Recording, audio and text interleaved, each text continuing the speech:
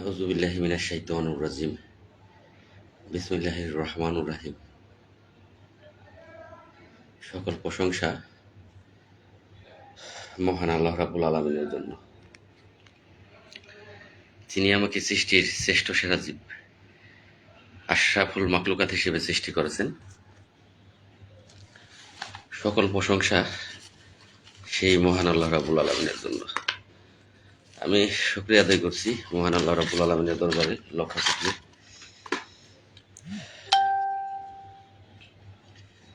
আলহামদুলিল্লাহ, আলহামদুলিল্লাহ, আলহামদুলিল্লাহ। মহান আল্লাহ রাব্বুল আলামিন আমাকে সৃষ্টির শ্রেষ্ঠ সেরা জীব বানিয়েছে এবং এই পৃথিবীতে প্রেরণ করেছেন। সেই জন্য সেই সাথে আমি আরো শুকরিয়া আদায় করছি মহান আল্লাহ রাব্বুল আলামিনের দরবারে। মহান আল্লাহ রাব্বুল আলামিন আমাকে সৃষ্টির শ্রেষ্ঠ সেরা জীব আশরাফুল মাখলুকাতি শুধু বানায়নি, তিনি প্রিয় নবী হযরত মুহাম্মদ সাল্লাল্লাহু আলাইহি সাল্লামের একজন উম্মত হিসেবে এই পৃথিবীতে প্রেরণ করেছেন। সেই জন্য মহান আল্লাহ রাব্বুল আলামিনের দরবারে আবারও লক্ষ কোটি শুকরিয়া আদায় করছি। আমি লাইভের শুরুতেই ভালো নাই ভাই, এইমাত্র বমি করলাম, অনেক বমি হইল। জ্বর, ঠান্ডা, মাথা ব্যথা, গলা ফুলে গেছে, গলা ব্যথা, কাশি, মানে বলার বাহিরে, কথা বলার মতো পরিস্থিতিতেও নেই। তারপরেও যেহেতু লাইভের সময় দিয়েছি, আর কিছু গুরুত্বপূর্ণ কথা আপনাদের মাঝে আপনাদের সাথে শেয়ার করতে হবে, সেই জন্য এই অসুস্থ শরীর নিয়েও লাইভে এসেছি। যাই হোক, আমি লাইভের শুরুতেই হাজার বছরের শ্রেষ্ঠ বাঙালি, যার জন্য আমরা স্বাধীন বাংলাদেশ পেয়েছি, বাংলা ভাষা পেয়েছি, সেই মহামানব জাতির জনক বঙ্গবন্ধু শেখ মুজিবুর রহমানের নামটি শ্রদ্ধার সাথে স্মরণ করছি। মহান আল্লাহ রাব্বুল আলামিন যেন তাকে এবং তার পরিবারের অন্যান্য সদস্যদেরকে, যারা কবরবাসী আছে, সকলকে বেহেশতের সর্বোচ্চ স্থানটা আল্লাহ দান করেন। আজকে আমি প্রেস ক্লাবের সামনে যে বুক ফুলিয়ে কথা বলতে বলি, এই কথাগুলো যার জন্য বলতে পারি, বাংলা ভাষাটা বলতে পারি, সে আর কেউ না, আমাদের জাতির জনক, হাজার বছরের শ্রেষ্ঠ বাঙালি বঙ্গবন্ধু শেখ মুজিবুর রহমান। তাছাড়া এত সাহস আমাদের বুকে আসতো না, আমরা করতে পারতাম না, পাকিস্তানিরা আমাদের করতে দিত না। তো যাই হোক, আপনারা সকলেই তার আত্মার মাগফিরাত কামনা করবেন। আমি লাইভের শুরুতেই আজকে বেশি লাইভ করবো না, খুব অল্প লাইভ করব। যুক্ত কজন হবেন দেখার বিষয় নাই, কারণ আমি পারছি না, আমি খুব অসুস্থ। একটি ভিডিও আমি ছাড়বো, ভিডিওটা রিলসে ছাড়বো, দেখলে বুঝবেন যে আসলে কতটা অসুস্থ। এতটা অসুস্থ নিয়ে ভাই কোনো গ্রাম পুলিশ সদস্য আপনাদের জন্য এই ঢাকা বসে থাকবে না, কোনো গ্রাম পুলিশ সদস্য থাকবে না, কিন্তু আমি আছি। কারণ আমার মনটা কাঁদে 47,000 গ্রাম পুলিশের জন্য, আমার মনটা কাঁদে 47,000 গ্রাম পুলিশের কল্যাণের জন্য। আমার মাথায় সব সময় কাজ করে কিভাবে 47,000 গ্রাম পুলিশ বাহিনীর সদস্যদের জাতীয়করণ, এই দাবিটা আদায় হয়, আমার মনটা কাঁদে। যাই হোক, যে কারণে আমি আমার চিন্তা করি না, আমি অসুস্থ সেই চিন্তা করি না, আমি আছি, আপনাদের কাজে আছি। তো যাই হোক, লাইভের শুরুতেই যারা 47,000 গ্রাম পুলিশ বাহিনীর বায়ু বোনেরা আছেন, সেই সাথে আমার ফেসবুক ফ্রেন্ড ফলোয়ার যারাই আছেন, যারা মুসলমান আছেন, তাদেরকে জানাচ্ছি সালাম, আসসালামু আলাইকুম ওয়া রাহমাতুল্লাহি ওয়া বারাকাতুহু। যারা হিন্দু ভাই আছেন তাদেরকে জানাচ্ছি নমস্কার, এবং অন্যান্য ধর্মাবলী যে সকল ভাই বোনেরা আছেন তাদেরকে জানাচ্ছি অন্তরের অন্তঃস্থল থেকে রক্তিম লাল গোলাপের শুভেচ্ছা এবং অন্তরের অন্তঃস্থল থেকে সবটুকু ভালোবাসা। আশা করি আপনারা ভালো আছেন, আল্লাহর রহমত আপনারা ভালো আছেন। আপনাদের ভালো রাখার জন্য আমি যুদ্ধ ঘোষণা করেছি, সেই যুদ্ধটা আমি যেন জয় নিয়ে করে ফিরতে পারি, সেটা অবশ্যই আপনাদের এখানে সাপোর্টের প্রয়োজন আছে। আপনারা আমাকে সাপোর্ট করবেন, সহযোগিতা করবেন। আমি আশা করি এটা আমার জন্য করিনি ভাই, যারা বুঝবেন না তাদেরকে হাজার চেষ্টা করেও বোঝাতে পারবো না, আমি জানি। কমান্ডার উজ্জ্বল খান, তাকে বোঝানোর কোনো কায়দা আছে? তাকে যদি আমি 10 মণ দুধ দিয়েও গোসল করাই, পবিত্র কোরআন হাতে নিয়েও তাকে বলি, সে ভাই বিশ্বাস করবে না, সে এই রাস্তায় আসবে না, কারণ সে আমার বিরোধী পক্ষ, সে বিরোধী করবে। কমান্ডার মুস্তফা কামাল, সে এখানে আসবে না ভাই। ববেন বাবু, নাসির সাহেব, দেলোয়ার সাহেব, তারা যদি জাতীয়করণে চাইতো তাহলে তারা কি 28 তারিখে এই 75%-এর কাগজটা জমা দিতে পারে?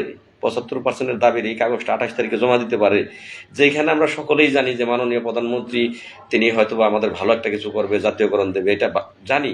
আমি নিজে আবেদন করেছি, আমি নিজে, কিন্তু আমার কাছে সবগুলো আবেদনের কপি আছে। আমি ফেব্রুয়ারি মাসে মাননীয় প্রধানমন্ত্রীর কাছে জাতীয়করণের জন্য 47,000 গ্রাম পুলিশ বাহিনীর জাতীয়করণের জন্য আবেদন করেছি। এই নাম্বারটাতে দয়া করে এখন এই মুহূর্তে কেউ কেউ কল দিবেন না। এই নাম্বারটাতে আমি লাইভে আছি, করে কেউ কল দিবেন না। আপনাদের বিষয়ে গুরুত্বপূর্ণ কিছু কথা বলবো। কেন জাতীয়করণ হচ্ছে না? আপনার ভালো না লাগতে পারে, আপনার ভালো না লাগতে পারে, সেটা আপনার ব্যাপার, কিন্তু আমি রাজপথের একজন লড়াকু সৈনিক। আমি রাস্তায় দাঁড়িয়ে থেকে শিখেছি, বুঝেছি, জেনেছি যে 47,000 গ্রাম পুলিশ বাহিনীর সদস্যদের কেন জাতীয়করণ হচ্ছে না। এখানে প্রতি মুহূর্ত বড় বড় অফিসাররা আসে, তাদের সাথে আমাদের কথা হয়, বহুত বিষয় তাদের সাথে আমার কথা হয়, আমি সেখান থেকে জেনেছি অনেক বিষয়গুলো। 47,000 গ্রাম পুলিশ বাহিনীর সদস্যদের কেন জাতীয়করণ হচ্ছে না?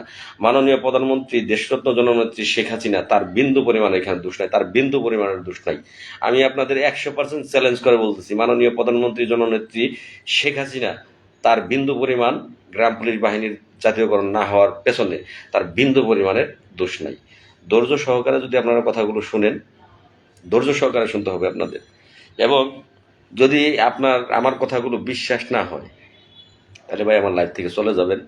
আমাকে সঙ্গ দেওয়ার আপনার দরকার নাই, আপনার আসারও দরকার নাই।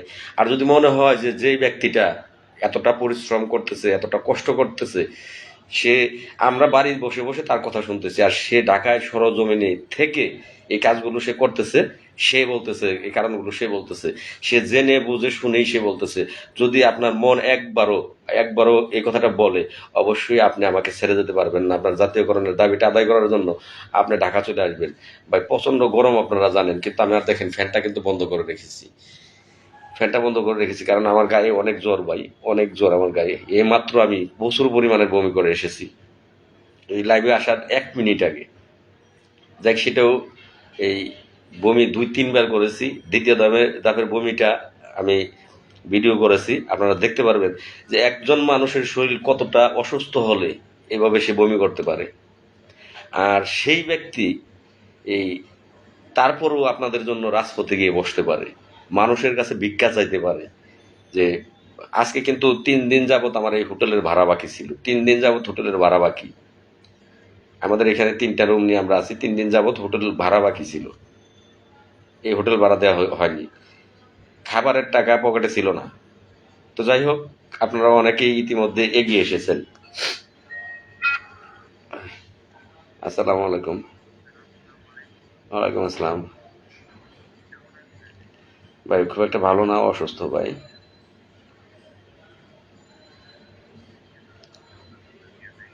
না না না, ঠিক আছে ভাই, অসুস্থ ভাই, এইমাত্র বমি করলাম, তারপরও লাইভের টাইম দিয়েছিলাম, তো লাইভে আসছি ভাই। ধন্যবাদ ভাই, লাইভেই দেখেন, কারণ বেশি সময় আমি ক্ষেপণ করতে পারবো না ভাই, আমার শরীরটা খুব অসুস্থ। আচ্ছা ভাই, তো ভালো থাকবেন। তো যাই, আল্লাহ কাশ দিও না, কাশ দিলেই বমি আসে। সকালে ওষুধ খেয়েছি, সকালে আমার হাতটা যে আমি তুলবো, আমি সকালে, প্লিজ ভাই, এই ভাইয়ের লগে তো মনে হয় কথা বললাম, এই মোবাইল রেখে আবার আরেক মোবাইল, আবার যে মোবাইলে ই করছে আবার সেটাই ফোন দিছে। না, এটা আবার আরেক নাম্বার। ভাই দয়া করে লাইভের সময়টাতে ফোন দিন না, আমি কি অল্প কিছু কথা বলবো, লাইভ থেকে বেরিয়ে যাবো। কয়জন যুক্ত হলেন না, এগুলোর দিকে ভাই আজকে আমি তাকাতে পারবো না। আপনাকে বারবার আমি কেটে দিচ্ছি, তারপর আপনি বারবার ফোন দিচ্ছেন। যদি লাইভ থেকে ফোন দিয়ে থাকেন তাহলে ভাই আপনি পরে ফোন দেন, লাইভ থেকে বের হলে তারপরও ভাই আজকে আমি কথা বলার মতো পরিস্থিতি আমার শরীরে আজকে অতটা নাই ভাই, আমি আপনাদের সাথে কথা বলতে পারবো না, ক্ষমা করবেন, ক্ষমা সুন্দর দৃষ্টিতে দেখবেন। আমার কৃষ্ণ দাদা ভাই, আপনার কথা কোনো সময় বলতে পারি না ভাই, খুব ভালো বেসে ফেলেছি আপনাকে, 2-3 দিনের ভিতর চলে আসতেছি ঢাকাতে ভাই। ধন্যবাদ কৃষ্ণ। আসলে ভালো মন্দর বিচারের মালিকটা হচ্ছে মহান আল্লাহ।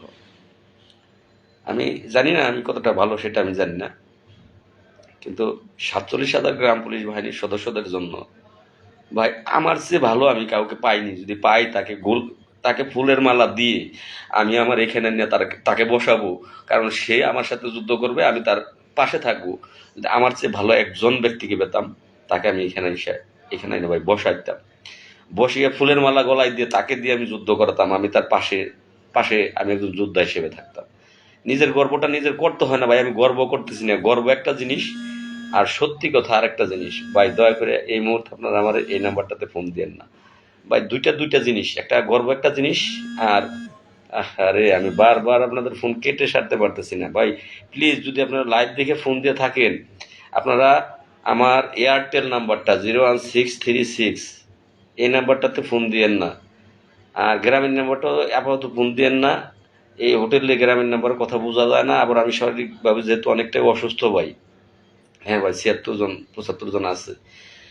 আমি শারীরিকভাবে অনেকটাই অসুস্থ, আপনাদের সাথে কথা বলার মতো জায়গায় নেই আমি। তারপরেও আমি চেষ্টা করব আপনাদের অল্প অল্প আপনাদের কলগুলো রিসিভ করে অল্প অল্প কথা লাইভের পরে আমি বলার চেষ্টা করব ভাই। লাল মিয়া ভাই, কে কি বললো? হ্যাঁ ভাই, কে কি বললো এগুলো কমিটি সত্যি কথা। আপনি বলেন, আপনি বলেন, আপনি বলেন। ধন্যবাদ ভাই। আহ জাতীয়করণ কেন হচ্ছে না? জাতীয়করণ না হওয়ার একটা কারণ হচ্ছে আমাদের স্থানীয় সরকার বিভাগ। কারণ বাংলাদেশের সরকার হচ্ছে দুইটা, একটা হচ্ছে স্থানীয় সরকার, একটা হচ্ছে বাংলাদেশ সরকার। আমরা বাংলাদেশ সরকারের কর্মচারী না, আমরা স্থানীয় সরকারের কর্মচারী। আমরা বাংলাদেশ সরকারের কর্মচারী কিন্তু না, আমরা দেশরত্ন মাননীয় প্রধানমন্ত্রী তার কর্মচারী না, আমরা হচ্ছে স্থানীয় সরকার বিভাগের কর্মচারী। ওয়ালাইকুম আসসালাম। হ্যাঁ ভাই, লাইভে ভাই। হ্যাঁ ভাই, হ্যাঁ ভাই, আমার শরীরটা অসুস্থ, পরে কথা বলবো। ওকে। আরে এখন মেসেঞ্জারে কল দিতেছে। তো যাই হোক, ফোন সাইলেন্ট করতে হবে, সাইলেন্ট না করলে। আমাদের দেশের সরকার দুইটা, একটা হচ্ছে স্থানীয় সরকার, একটা হচ্ছে বাংলাদেশ সরকার।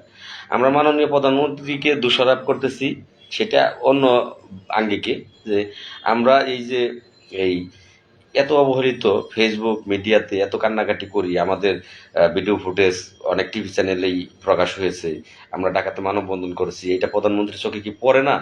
এটা এই কারণে আমরা তাকে দোষারোপ করি।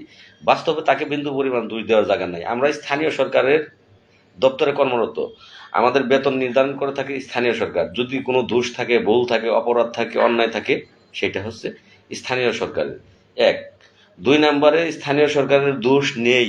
এবার আসেন কেন নেই। আমি বলবো কেন থাকবে ভাই?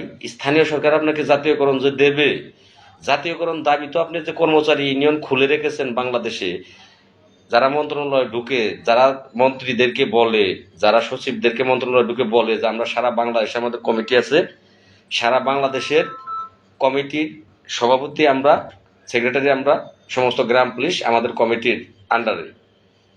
সমস্ত গ্রাম পুলিশের দাবি দেওয়াই আমরা আপনাদের মাঝে পেশ করি। এইটা ভাই আমি একটু বলবো, একটু লাইনে থাকবে। ভুল কোনটা আমি ব্যাখ্যা দিব, একটু লাইনে থাকবেন। আমার শরীর অসুস্থ, তারপর আমি আপনাদের ব্যাখ্যা দেওয়ার জন্য আসছি। কারণ আমার যে পরিমাণ অসুস্থ, এখানে যদি আপনারা এসে সঙ্গ না দেন, আমার একা দ্বারা সম্ভব না ভাই। আমার 2-4 ঘন্টা রেস্টের প্রয়োজন আছে। যে আমি এখানে 10টায় না, আমি 12টায় গেলাম। আমি 12টায় গেলাম, আপনারা যে সকলে এখানে বসে বললেন, আমি 12টা বাজে গেলাম। 2 ঘন্টা আমি রেস্ট পাইলে আমি হয়তো বা একটু ভালো থাকবো। বা আমি ডাক্তার, আজকে যে পরিস্থিতি হয়েছে, আমার স্যালাইন লাগানোর মতো পরিস্থিতি হয়ে গেছে, যে শরীরে স্যালাইন লাগাইতে হবে, এমন একটা পরিস্থিতি হয়ে গেছে। তো আপনাদেরকে লাগবে ভাই, আপনারা না আসাতে আমার খুব সমস্যা হচ্ছে। ব্যাখ্যা দেবো, আপনারা একটু ধৈর্য নিয়ে ভাই শুনবেন। এটা এই কারণে দোষ নাই স্থানীয় সরকারের, যে স্থানীয় সরকারের কাছে আপনি পক্ষ হইয়া, আপনার পক্ষ হইয়া কেন্দ্রীয় কমিটি, কর্মচারী ইউনিয়ন তারা দাবি জানাইলো 75% সচিবদের নেয়। আচ্ছা এইবার বলেন, এইবার স্থানীয় সরকার মন্ত্রীর দোষ কোন জায়গায়? সে তো 75% দাবি গ্রাম পুলিশ সারা বাংলাদেশের পক্ষ থেকে এরা জানাইলো, তাহলে 75% দেবে।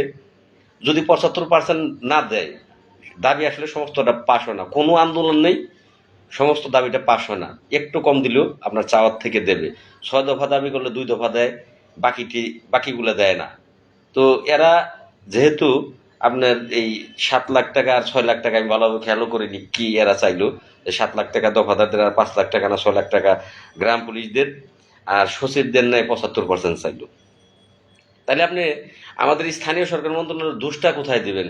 তার দোষ কি বলেন? আজকে হয়তোবা আমি এখানে অবস্থানের থেকে বলতেছি যে স্থানীয় সরকার মন্ত্রী কি চোখে দেখে না? কিন্তু সে চোখে দেখে, আপনি তো চান কম, তাহলে আপনার বেশি কেন সে দেবে? তাহলে মূল দোষটা কার? মূল দোষটা হচ্ছে এই কেন্দ্রীয় কমিটি, কর্মচারী ইউনিয়নের, তাদের তাদের মূল দোষ। আপনাদের যদি আল্লাহ পাক জ্ঞান, বিবেক, বুদ্ধি, মনুষ্যত্ব দিয়ে থাকে, কথা বিশ্লেষণ করার ক্ষমতা আল্লাহ আপনাদেরকে দিয়ে থাকে, তাহলে কথাগুলো আমি ভুল বললে আপনারা বলেন, আপনারা কমেন্টে প্রতিবাদ করেন যে আপনার কথাগুলো ভুল ভাই। লাইভে যুক্ত হয়ে লাভ নাই, ঢাকায় যোগদান করতে হবে। ধন্যবাদ ভাই, প্রেস ক্লাবের সামনে সবাই ধন্যবাদ ভাই। আজকে অনেকগুলো ইম্পর্টেন্ট কথা বলবো। লাইভে 1 থেকে 200 জয়েন্ট হন, তাহলে প্রেস ক্লাবে এত কম গ্রাম পুলিশ কেন? রাইট ভাই, সুন্দর একটি প্রশ্ন করেছেন, আপনি এই প্রশ্নের জবাব চান ভাই। যাই হোক, আমি কিছু কথা আমি বলি আবার ভুলে যাব। তো এখানে স্থানীয় সরকারের কোনো দোষ নাই, দোষ হচ্ছে তাদের। দ্বিতীয়ত, point two, very important, very important point two. আমি এখানে বসে আছি, আপনারা দেখতেছেন কি নামে বসে আছি? বঙ্গবন্ধু আদর্শ গ্রাম পুলিশ বাহিনী কেন্দ্রীয় কমিটি, এই নামে আমি বসে আছি। এখানে বসে আছি কে কে? আমাদের উপদেষ্টা কিন্তু এখনো আমরা এখানে হাজির করিনি। আমাদের উপদেষ্টাকে আমরা এখনো এখানে অবস্থানে আনিনি, তাকে ফেসবুক মিডিয়া বা সাংবাদিকদের দেখাইনি। এখন আমার উপদেষ্টা যদি আমি এখানে আনি, দেখবেন সেই ব্যক্তিটা আওয়ামী লীগের, বাংলাদেশ আওয়ামী লীগ সরকারের, বঙ্গবন্ধু আদর্শ গ্রাম পুলিশ বাহিনী কেন্দ্রীয় কমিটির যিনি উপদেষ্টা, তিনি বাংলাদেশ আওয়ামী লীগ সরকারের। এই যে ব্যানারটা নিয়ে আমি বসে আছি প্রতিদিন, এখানে যে আজকে 15 দিন চললো, 15 দিনের প্রতিদিন একদিনও মিস নাই। এখানে এই মাননীয় প্রধানমন্ত্রীর কার্যালয়ের 4টা গ্রুপ এখানে, তারা এই সিভিলে আসে, তারা আমাদের ছবি তুলে, আমরা কতজন সদস্য সংখ্যা এটা দেখে, গণে, এবং প্রধানমন্ত্রীর কার্যালয়ে রিপোর্ট তারা পাঠায় যে আজকে বঙ্গবন্ধু আদর্শ গ্রাম পুলিশ বাহিনী কেন্দ্রীয় কমিটির পক্ষ থেকে এতজন এখানে জাতীয়করণের দাবি নিয়ে বসে আছে, এটা তারা পাঠায়। আসেন এবার আরেক দিকে যাচ্ছি, কর্মচারী ইউনিয়ন তারা ঢাকায় যে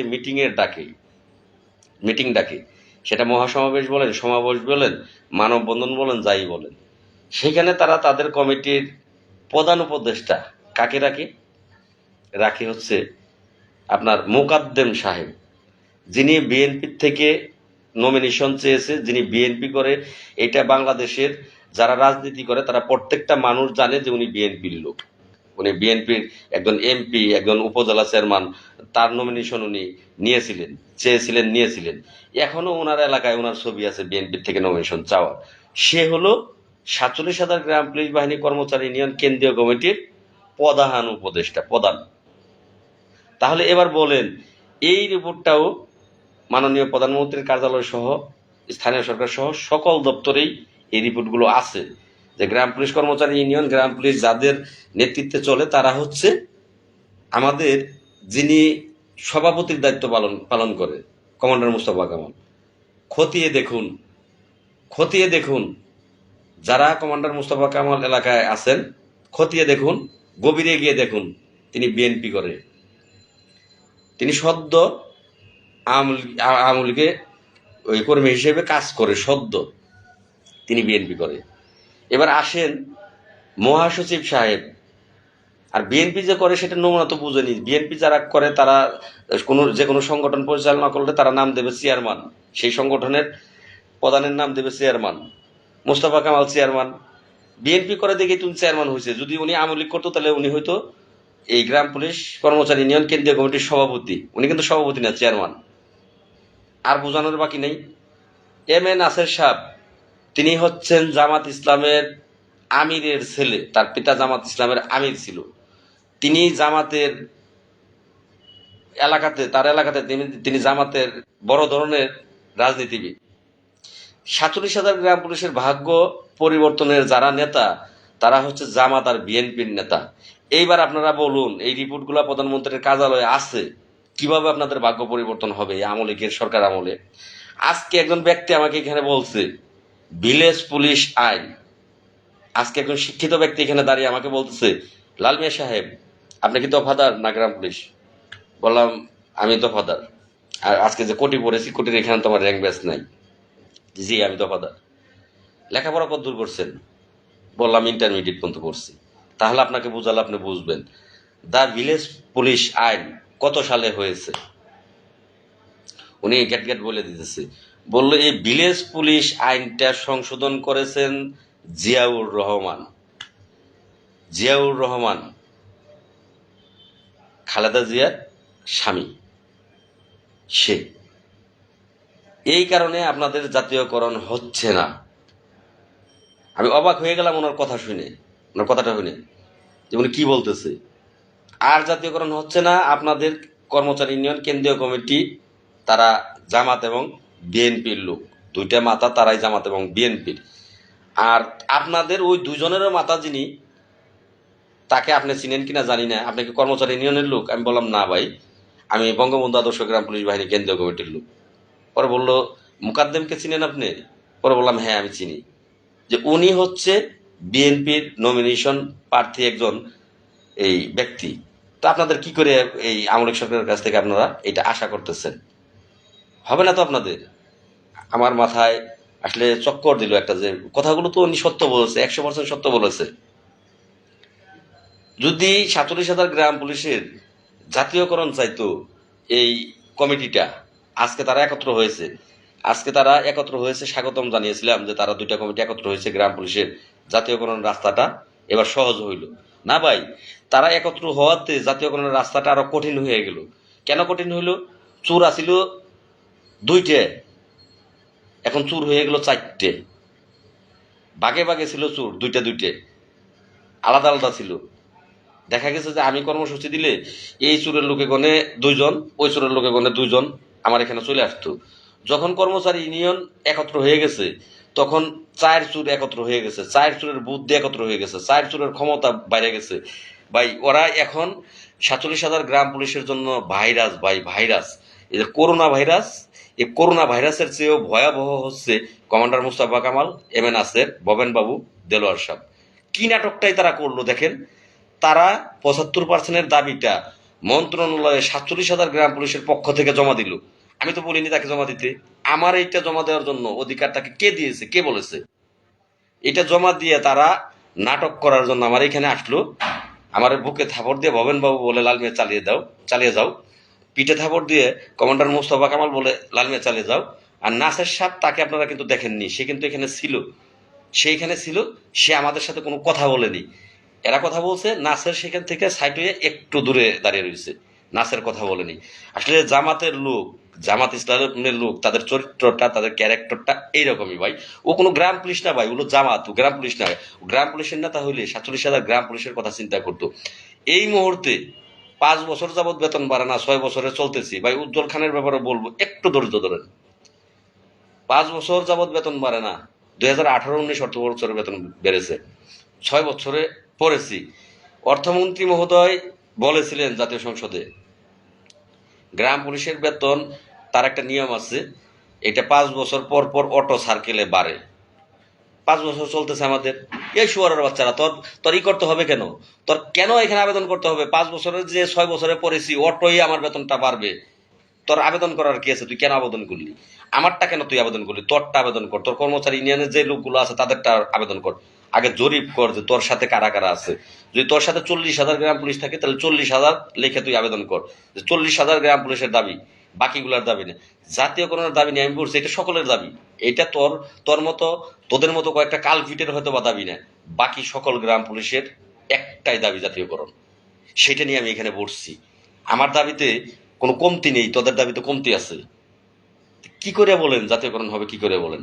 এবার আসেন শেষ পয়েন্টের কিছু কথা বলবো।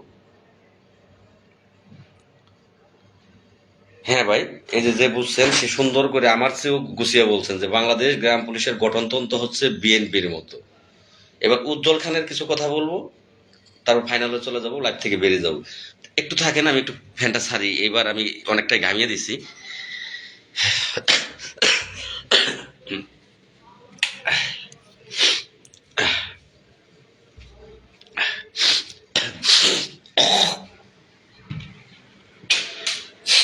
আল্লাহ আল্লাহ আল্লাহ।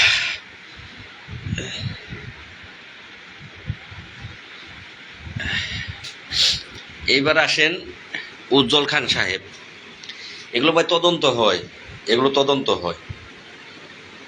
আমি যদি বিন্দু পরিমাণ মিথ্যা বলে থাকি, আপনারা গ্রাম পুলিশ আছেন, দুই একজন এইখানে ঢাকা আসবেন, ঢাকার থেকে আপনারা এগুলো যাচাই করার জন্য যে লাল মিয়া যে কথাগুলো বললো আসলে কি কথাগুলো সত্য কিনা যাচাই করার জন্য আপনারা উজ্জ্বল খানের নিজ থানায় যাবেন। উজ্জ্বল খানের নিজ থানায় গিয়ে যিনি থানার মুক্তিযোদ্ধা কমান্ডার আছে তার সাথে যে কথা বলেন যে ওর বাপে ও দাবি করে ও মুক্তিযোদ্ধার সন্তান, এটা দাবি করে, বাস্তবে হচ্ছে ওর বাবা বিএনপি করে, দেশদ্রোহীর সন্তান। একজন দেশদ্রোহী সন্তানের কাছ থেকে আপনি কি ভালো আশা করতে পারেন? তার মতো ক্রিমিনাল কোনো ব্যক্তি আছে? তিনি এইখানে আইসে প্রথম দিন তিনি আসছে কোর্টে দালালি করার জন্য। একজন গ্রাম পুলিশ সদস্য, কোর্টে তার মামলা, হাইকোর্টের মামলা, সেই মামলাটা তিনি হুমায়ুন কবির পল্লবকে আইনজীবী হিসেবে নিয়োগ দেবেন তার মামলায়। এই দালালিটা করার জন্য সে সেদিন কোর্টে আসছে। কোর্টে এসে তিনি আমার এখানে আসছে আমার সাথে দেখা করার জন্য, আমার সাথে দেখা করার জন্য। এইবার আমার সামনে এসে কি নাটক করলো, তাও লাইভে আসতে চায়নি। এখানে আমার সাথে যে আসে সে আসে জোর করে কিন্তু তাকে লাইভে আনছিল। তো তিনি লাইভে এসে কি বলল, আমি লাল মিয়ার সাথে একত্রতা ঘোষণা করলাম, এটা বলল। বাড়িতে যে আবার কি লাইভ করলো, দুদিন পরেই আবার কি লাইভ করলো। আমরা এখানে 10টা থেকে 5টা পর্যন্ত থাকি। 5টার পরে এসে সে আমাদের এখানে ফাঁকা মাঠে গোল দেওয়ার জন্য তিনি লাইভ করলেন। লাইভ করে বললেন যে যারা জাতীয়করণের এক দফা দাবি নিয়ে এখানে বসছে তারা মিথ্যা কথা বলছে, তারা এখানে বসে না। এই যে দেখেন জায়গা ফাঁকা, মাঠ ফাঁকা, এখানে কেউ নাই, লাল মিয়া সহ কেউ নাই, তারা মিথ্যা কথা বলে। আরে যার সন্তান তুই এই যে প্রতিদিন 10টা থেকে 5টা বাজে আসছ নাকি, তুই তো একটা যার সন্তান। তুই যদি তোর মার সুসন্তান হইতি, তুই লাইভ করে একত্রতা ঘোষণা করলি, তোর 4টা লোক আইসা আমারে বলতো যে ভাই আমারে উজ্জ্বল খান পাঠাইছে, ভাই আমাদেরকে উজ্জ্বল খান আসতে বলছে, ভাই উজ্জ্বল খান আসতে বলছে বিদায় আমরা আসছি। এই কথাটাই 1-2 জন লোক এখানে আসতো এবং তারা বলতো তুই যে ক্রিমিনাল, তুই কর্মচারী ইউনিয়নকে ফেল করবি। তো ভাই যারা তাদের ভরসায় বসে আছেন থাকেন ভাই। আমি জানি না যে আমি কতটা পারবো সেটা জানি না, উপরে আল্লাহ আছে, আমার চেষ্টাটা সঠিক আছে। আর সঠিক চেষ্টা করলে মহান আল্লাহ রাব্বুল আলামিন সেখানে ভালো কিছু দেয়। এখানে বহুত বহুত কিছু কিন্তু পাড়ি দিয়েই এই বিজয়টা আনতে হবে। আগে নিজেদের মধ্যে যে রাজাকার আছে, দেশদ্রোহী আছে, যেমন আগে দেশ স্বাধীনতার সময় ছিল রাজাকার ছিল, বঙ্গবন্ধু তাদের ওভারটেক করে তাদেরকে ডেঙ্গিয়ে গিয়েই কিন্তু এই দেশটাকে স্বাধীন করেছেন। আজকে গ্রাম পুলিশের মধ্যেও রাজাকার আছে, তারা গ্রাম পুলিশের ভালো চায় না, জাতীয়করণ চায় না। তাদেরকে ডেঙ্গিয়ে যে ওভারটেক করে তাদের শত বাধা অতিক্রম করে আজকে এখানে টিকে রয়েছি। এবং যদি জয় চান তাহলে তাদের বাধা অতিক্রম করেই আমাদের জয় ছিনিয়ে নিয়ে যেতে হবে। এবার শেষ ফিনিশিংয়ের কয়েকটা কথায় আসব, ভেরি ইম্পর্টেন্ট। বাংলাদেশের প্রধানমন্ত্রী কে?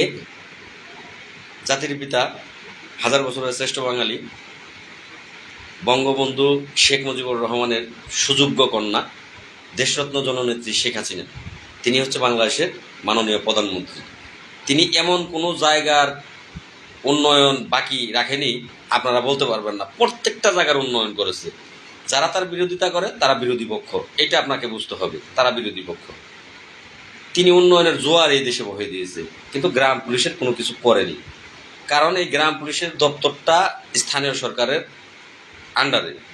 আর মাননীয় প্রধানমন্ত্রীর কাছে আমাদের বিষয়টা আমরা জোরালোভাবে ছোড়াহা চাইনি।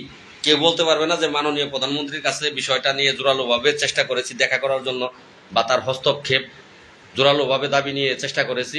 আজকে আমি লাল মিয়া প্রথম মাননীয় প্রধানমন্ত্রীর সাক্ষাৎ চাই, জাতীয়করণ ছাড়া ঘরে ফিরে যাব না। এই গ্রাম পুলিশের চাকরি জীবনে আমি লাল মিয়া সেটা প্রথম করতেছি যে মাননীয় প্রধানমন্ত্রীর সাক্ষাৎ চাই। সাক্ষাৎটা কেন চাই? এই কথাগুলো বলার জন্য। মাননীয় প্রধানমন্ত্রী, আপনার সরকার আমলে 2011 সালে জাতীয়করণের গেজেট হয়েছে, এটা মন্ত্রণালয়ে, আপনার মন্ত্রণালয় না, এটা জাতীয় সংসদ, সেটাই স্থানীয় এই বা এই সংসদ থেকে পাশ হয়েছে। নেট সমস্যা করতেছে, তো যাই হোক লাইভ শেষ পর্যায়ে সংসদ থেকে পাশ হয়েছে, সেটা আমাদেরকে কেন দেয়নি এটার ব্যাখ্যা একমাত্র আপনার ছাড়া এটার ব্যাখ্যার উত্তর কেউ দিতে পারবে না। আপনি তো মানবতার মা, আপনি তো দেশের বাহিরের 10 লক্ষের অধিক তাদের 5টা মৌলিক চাহিদা তাদের দিয়েছেন। আর আমরা তো আপনার নাগরিক, আমরা আপনার দেশের সেবায় 24টা ঘন্টা নিয়োজিত থাকি। আমাদের 2011 সালের গেজেট সেটা স্থানীয় সরকারের বাস্তবায়ন হয়নি, 13 বছরেও অর্থ মন্ত্রণালয় অর্থ বরাদ্দ দেয়নি। কি দেয়নি সেটা একমাত্র মাননীয় প্রধানমন্ত্রী বলতে পারবে, আমরা বলতে পারবো না।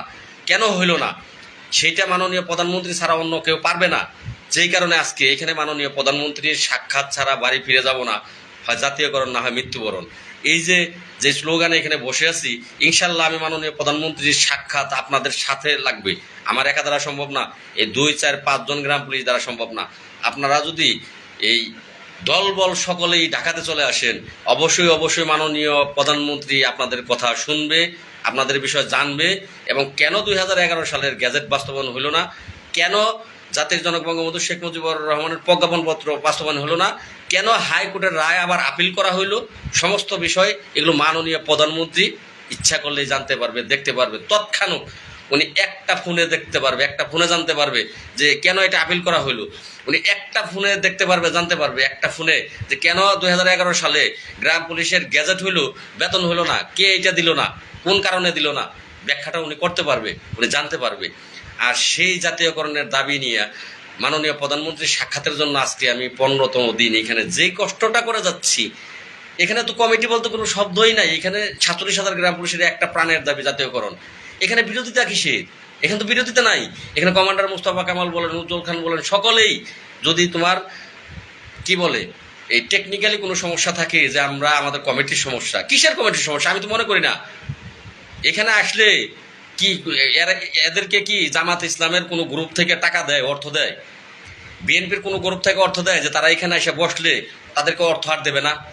এই জাতীয়করণের দাবি নিয়ে যদি এখানে এক দফা দাবি নিয়ে এসে বসে যে কমান্ডার মুস্তফা কামাল এমএন আছে, এই কি বলে অনেকগুলা রাজনৈতিক সংগঠন আছে, তারা অর্থ দেয়, তাদের কর্মীদেরকে অর্থ দেয়, তারা কি অর্থ পায়? বিএনপির কাছ থেকে অর্থ পায়, অন্যান্য জায়গা থেকে তারা অর্থ পায় যে এইখানে এসে বসলে বঙ্গবন্ধু নামের ব্যানারের উপরে বসলে তাদের এই আর অর্থ দেবে না, তাদের সংগঠনের যারা উপদেষ্টা তাদের যেই টাকা দেয় সেই টাকা দেবে না। এই সমস্যা আছে? যদি এই সমস্যা থাকে ওকে ঠিক আছে, সাধারণ গ্রাম পুলিশ পাঠা, তুই যদি জাতীয়করণ চাস তোরা ইচ্ছা করলে 2 দিনের মধ্যে ঢাকায় গ্রাম পুলিশের জায়গা হবে না। ধন্যবাদ ভাই, লাইভটি বেশি বেশি করে শেয়ার করেন ভাই, প্রত্যেকেই শেয়ার করেন, অনুরোধ রইল। আমি কিন্তু লাইভ শেষ পর্যায়ে লাইভ থেকে বেরিয়ে যাব, কারণ আমি নিচে যাব, আমাকে ওষুধ আনতে হবে। আমার সারাটা শরীর গিরা সহ হাত পাও সহ পুরাটাই ব্যথা ভাই। আমাকে মলম আনতে হবে, ব্যথার মলম আনতে হবে, ব্যথার ট্যাবলেট আনতে হবে। আবার কাশের ওষুধ শুধু নাপা এক্সট্রা খাচ্ছি, আপাতত নাপা এক্সট্রা খাচ্ছি, কাশের ওষুধ আনতে হবে। সব মিলিয়ে আমাকে ওষুধ আনার জন্য নিচে যেতে হবে। তো নিচে যাবো, এখনো খাবার খাইনি, খাবার খাবো, ওষুধ খাবো, তারপরে ঘুমাবো। আল্লাহ যদি হায়াত দান করেন তাহলে আগামীকাল আবার যে আপনাদের জন্য আবারও মাঠে বসবো, এই অসুস্থ শরীর নিয়ে বসবো। আপনারা প্রত্যেকেই আমার জন্য দোয়া করবেন। যদি আমি আপনাদের ক্ষতি না করে থাকি, ভালো করে থাকি, যদি আপনার মনে হয় যে লাল মিয়া ভাই সঠিক, লাল মিয়া ভাই ভালো লোক, এটা যদি আপনার মনে হয় তাহলে অবশ্যই আপনি শেয়ার করবেন। যারা গ্রাম পুলিশ না, এরাও আমার এই ফেসবুক পেজের মধ্যে সুন্দর সুন্দর কমেন্ট করে, গঠনমূলক কমেন্ট করে, লাল মিয়া ভাই এগিয়ে যান, তারা করে। আর আপনারা যারা গ্রাম পুলিশ, আপনারা কেন বসে আছেন এখনো? আমি আমার সকল ফলোয়ার্সদের অনুরোধ করব, ফেসবুক মিডিয়াটা এটা বর্তমানে ব্যারিস্টার সুমন সাহেবের আইডির থেকে, এমপি তিনি বর্তমানে, তার আইডির থেকে একটা লাইভ করলে 10 মিনিট 20 মিনিটে সেটা ভাইরাল হয়। আর ভাইরাল হলেই সে যে বিষয়ে লাইভ করে সেই বিষয়টা সরকারের চোখে আসে, আর সেই বিষয়টা সরকার আমলে নেয় এবং সুরাহা হয় সেই বিষয়টা। আমি আপনাদের কাছে করজোর অনুরোধ করছি, আমার শুধু গ্রাম পুলিশ না, যারা ফ্রেন্ড আছেন প্রত্যেককেই, ভাই তেমন কিছু চাচ্ছি না, আপনার কাছে তো টাকা চাচ্ছি না, আপনি আমার ফেসবুক ফ্রেন্ড ভাই, আমাদের একটু সাপোর্ট করেন, আমাদের লাইক দিন, কমেন্ট করুন, পোস্টগুলো শেয়ার করুন, যাতে এই যে আজকে ভিক্ষা করতে বাধ্য হয়েছি, আজকে কিন্তু ভিক্ষাটা করতে বাধ্য হয়েছি, কি করব, টাকা নাই, খাবো। আজকে কিছু টাকা গ্রাম পুলিশ কিন্তু পাঠিয়েছে। তো যাই হোক, ওগুলো আমার SMS এর মধ্যে আছে, আমি দেখে দেখে কালকে ওগুলো এই পোস্ট করব যে কারা কারা আমাকে টাকা দিয়েছেন। আজকে কিছু টাকা আমার কাছে এসেছে। তো সেক্ষেত্রে দুপুরের আগ পর্যন্ত কিন্তু আমার কাছে টাকা ছিল না, আমি টাকা ছাড়া ছিলাম, যেই কারণে বাধ্য হয়ে এই ভিক্ষার বাড়িতে নিতে বাধ্য হয়েছি যে খাবার টাকাটা ওঠে কিনা, এই জন্য। কিন্তু এটা আপনাদের জন্য লজ্জা, এটা সরকারের জন্য লজ্জা। 47,000 গ্রাম পুলিশ বাহিনীর সদস্যরা ঢাকায় এই ভিক্ষুকের মতো তারা বাটি হাতে স্লোগান দিচ্ছে, এটা আসলে করতে চাইনি আমি। আমি মাননীয় প্রধানমন্ত্রীর মান আমি ক্ষুণ্ণ করতে চাই না, আমাদের নিজেদের মানও আমরা ক্ষুণ্ণ করতে চাই না। যে কারণে আমরা কিন্তু মুখে হাসি আর পেটে ক্ষুধার যন্ত্রণা নিয়েই 24 ঘন্টা ডিউটি করি। আমরা এখনও আমাদের আইন শৃঙ্খলা রক্ষা করে দেশের সার্বিক কাজে গ্রাম পুলিশকে বাড়ি রেখে তারপরে আমরা ঢাকায় মাত্র কয়েকজন অবস্থান করছি। তো যাই হোক, যদি মাননীয় প্রধানমন্ত্রী এই 15 দিনে বা তার দপ্তর বিষয়টি আমলে নিত, তাহলে হয়তোবা আমরা আসতাম না। কিন্তু এখন আমাদের আসতে বাধ্য হতে হবে। আপনারা দলবল নির্বিশেষে যদি জাতীয়করণ চান, যদি মাননীয় প্রধানমন্ত্রী দেখা চান, মাননীয় প্রধানমন্ত্রী কিন্তু অবশ্যই অবশ্যই তার কাছে যদি আমরা পৌঁছাইতে পারি, তাহলে উনি আমাদের বিষয়টা আমলে নেবে এবং আমাদের জাতীয়করণ উনি দেবে। কারণ এটা আমাদের ন্যায্য দাবি। মাননীয় প্রধানমন্ত্রী 5 ওয়াক্ত নামাজ পড়ে, তিনি কারো হক মেরে খায় না। এটা আমাদের মাননীয় প্রধানমন্ত্রী খায় না ভাই, খায় না। এটা যারা জানেন তারা জানেন ভাই। আর বিরোধী পক্ষ তারা মানবে না, তারা বিরোধী কমেন্ট করবে, তারা গঠনমূলক করবে না। মাননীয় প্রধানমন্ত্রী 5 ওয়াক্ত নামাজ পড়েন, কোরআন শরীফ পড়েন। যদি আমরা তার পর্যন্ত পৌঁছাইতে পারি, তাহলে অবশ্যই আমাদের বিষয়টা যৌক্তিক বিষয়, তিনি এটা মেনে নেবে। তিনি 47,000 গ্রাম পুলিশ বাহিনীর জাতীয়করণ দিয়ে দেবে। এটা আমার মনের বিশ্বাস, আমার প্রাণের বিশ্বাস ভাই। আমি জানি যে আমার বিশ্বাসের জায়গা থেকে আমি অটুট আছি। আমার বিশ্বাস, আমি বিশ্বাস অনুযায়ী এখান থেকে আমি অর্জন করে বাড়ি ফিরে যাব ইনশাল্লাহ।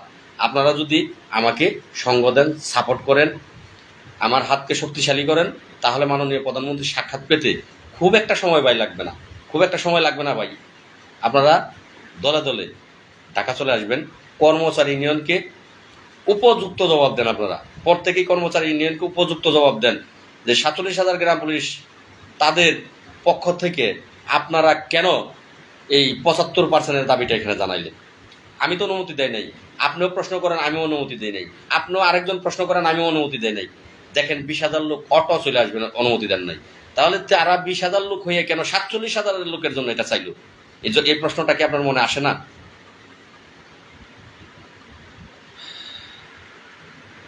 দেখ রাজা ভাই সুন্দর কমেন্ট করেছেন, আমি কমেন্টগুলো দেখতেছি না, তারা ঘুমিয়ে আছে। তো রাজা রাজা ভাই, আমি একটা রিল ছাড়ব, ওই শর্ট রিল বমি করেছি। কতটা অসুস্থ নিয়ে আমি ঢাকায় আছি উপরে আল্লাহ জানে, আর আমি জানি। অন্য কেউ আমার মনের দুঃখ বুঝবে না, আমার অবস্থা বুঝবে না। আমি ঢাকা আছি আপনাদের জন্য, আমি যাব না ভাই, আমি আছি। যদি গুরুত্বপূর্ণ ইউনিয়ন পরিষদে কোনো কাজ প্রয়োজন না হয়, তাহলে আমি যাব না। যদি গুরুত্বপূর্ণ কাজের প্রয়োজন হয়, তাহলে সেখানে আমি যে 2 দিন 3 দিন থাকবো না, 1 ঘন্টা 2 ঘন্টা 4 ঘন্টার জন্য হয়তো বা আমি এখানে অবস্থানও চালাবো, এক ফাঁকে গিয়ে আবার কাজ করে পরের দিন আমি চলেও আসবো। আমি এইভাবে হয়তো বা যাবো, কিন্তু আমি এইখান থেকে যাব না ভাই। হ্যাঁ রাজা মল্লিক ভাই, এই প্রশ্নটা তো আমারও, কোথায় আছে ইয়াং জেনারেশন? একটা সময় ইয়াং জেনারেশন আমার সাথেও কিন্তু তারা বিদ্রোহ ঘোষণা করেছিল, আমার খেয়াল আছে, সেগুলো আমি ভুলি নাই। আমার সাথেও তারা টক্কর লেগেছিল যে তারা নাকি সকলের জবাব নেবে, তারা নাকি এই জাতীয়করণ আদায় করবে। এটা তারা বলেছিল যে তারা কেন্দ্রীয় কমিটির জবাব নেব, যারাই গ্রাম পুলিশের বিরুদ্ধে আছে তাদের জবাব নেবে। কোথায় সেই ইয়াং জেনারেশন কমিটিগুলো? তারা আজকে চুপ করে ঘরে বসে আছে। যাই হোক, আল্লাহ সকলকে হেদায়েত করুক, এটাই আমি আশা করব।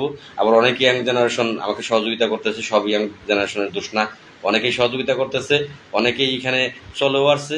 আবার কেন্দ্রীয় কমিটির যে সব লোকের দোষ দেবো তাও না, অনেক জেলার সভাপতি কিন্তু আমার সাথে কথা হচ্ছে, এই সভাপতি, একাধ জেলার সভাপতি কিন্তু এখানে আমার সাথে দেখাও করেছে, তারা এখানে লোকও 1-2 জন করে তাদের সীমাবদ্ধতার মধ্যে দিচ্ছে। তাহলে সবাই ভাই খারাপ না, এখানে ভালো আছে। যাই হোক, ভালো মন্দ মিলিয়েই এই পৃথিবীটা। তো মন্দকে বয়কট করুন সকলে, এইটাই সকলের কাছে দাবি থাকবে।